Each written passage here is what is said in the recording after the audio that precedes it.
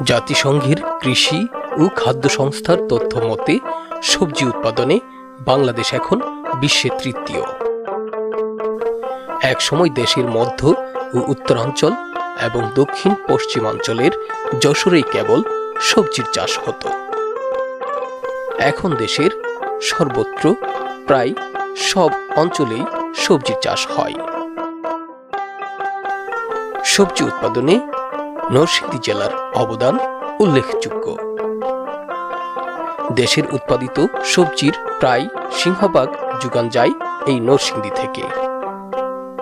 বর্তমানে দেশে ৬০ ধরনের ও ২০০টি জাতের সবজি উৎপাদিত হচ্ছে।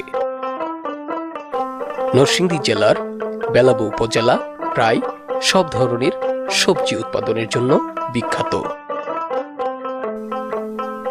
এই উপজেলায় উৎপাদিত সবজির মধ্যে উল্লেখযোগ্য হচ্ছে লাউ।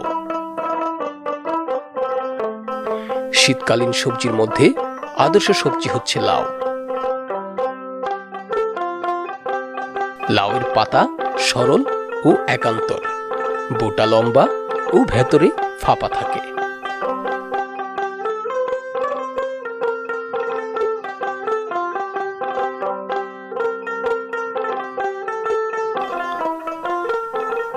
আমাদের দেশে অনেক ধরনের লাউ চাষ হয়ে থাকে। অন্যান্য সবজির তুলনায় উৎপাদন খরচ কম এবং উচ্চ ফলনশীল হওয়ায় কৃষকেরা লাউ উৎপাদনে মনোযোগী হচ্ছেন বেশি।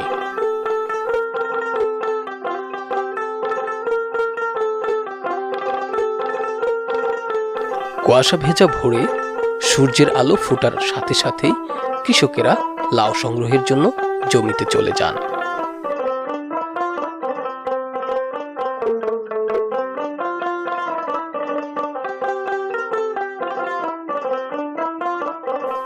একটা একটা করে লাউ কেটে খাঁচায় ভরেন।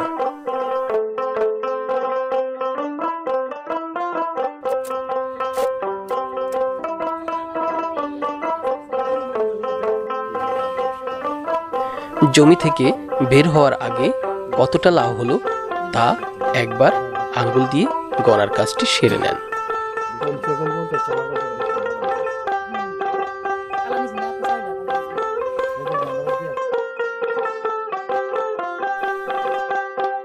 জমি থেকে সংগৃহীত এসব লাউ বিক্রি হয় সাধারণত পাইকারি দরে। বেলাবো উপজেলার বৃহত্তর সবজির পাইকারি বাজার হচ্ছে বারুইচা ও জংলি শিবপুর। তাই হাটের দিনে কৃষকদের লাউ তুলতে দেখা যায় মনের আনন্দে।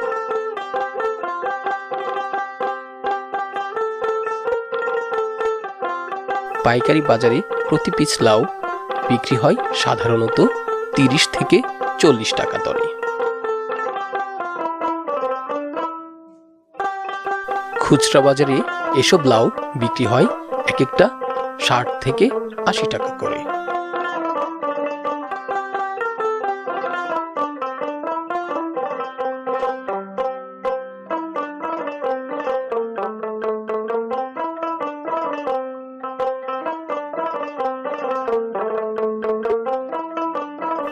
সবশেষে জমি থেকে সংগৃহীত লাউয়ের খাঁচাগুলোকে ভ্যানে চাপিয়ে রওনা দেওয়া হয় বাজারে বিক্রির উদ্দেশ্যে।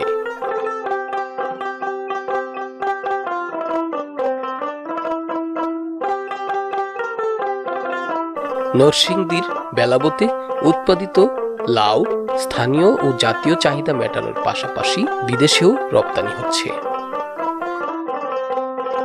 লাউ অত্যন্ত পুষ্টিকর ও সুস্বাদু সবজি। লাউ খেতে পছন্দ করেন না এমন মানুষ খুব কমই আছে। আমাদের প্রিয় নবী হযরত মুহাম্মদ সাল্লাল্লাহু আলাইহি ওয়াসাল্লাম লাউ সবজি খেতে পছন্দ করতেন।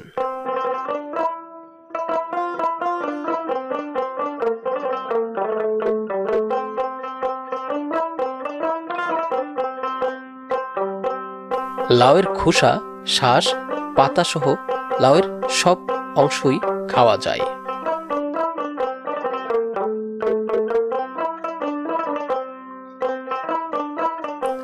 চিংড়ি মাছ দিয়ে লাউ একটি লোভনীয় খাবার।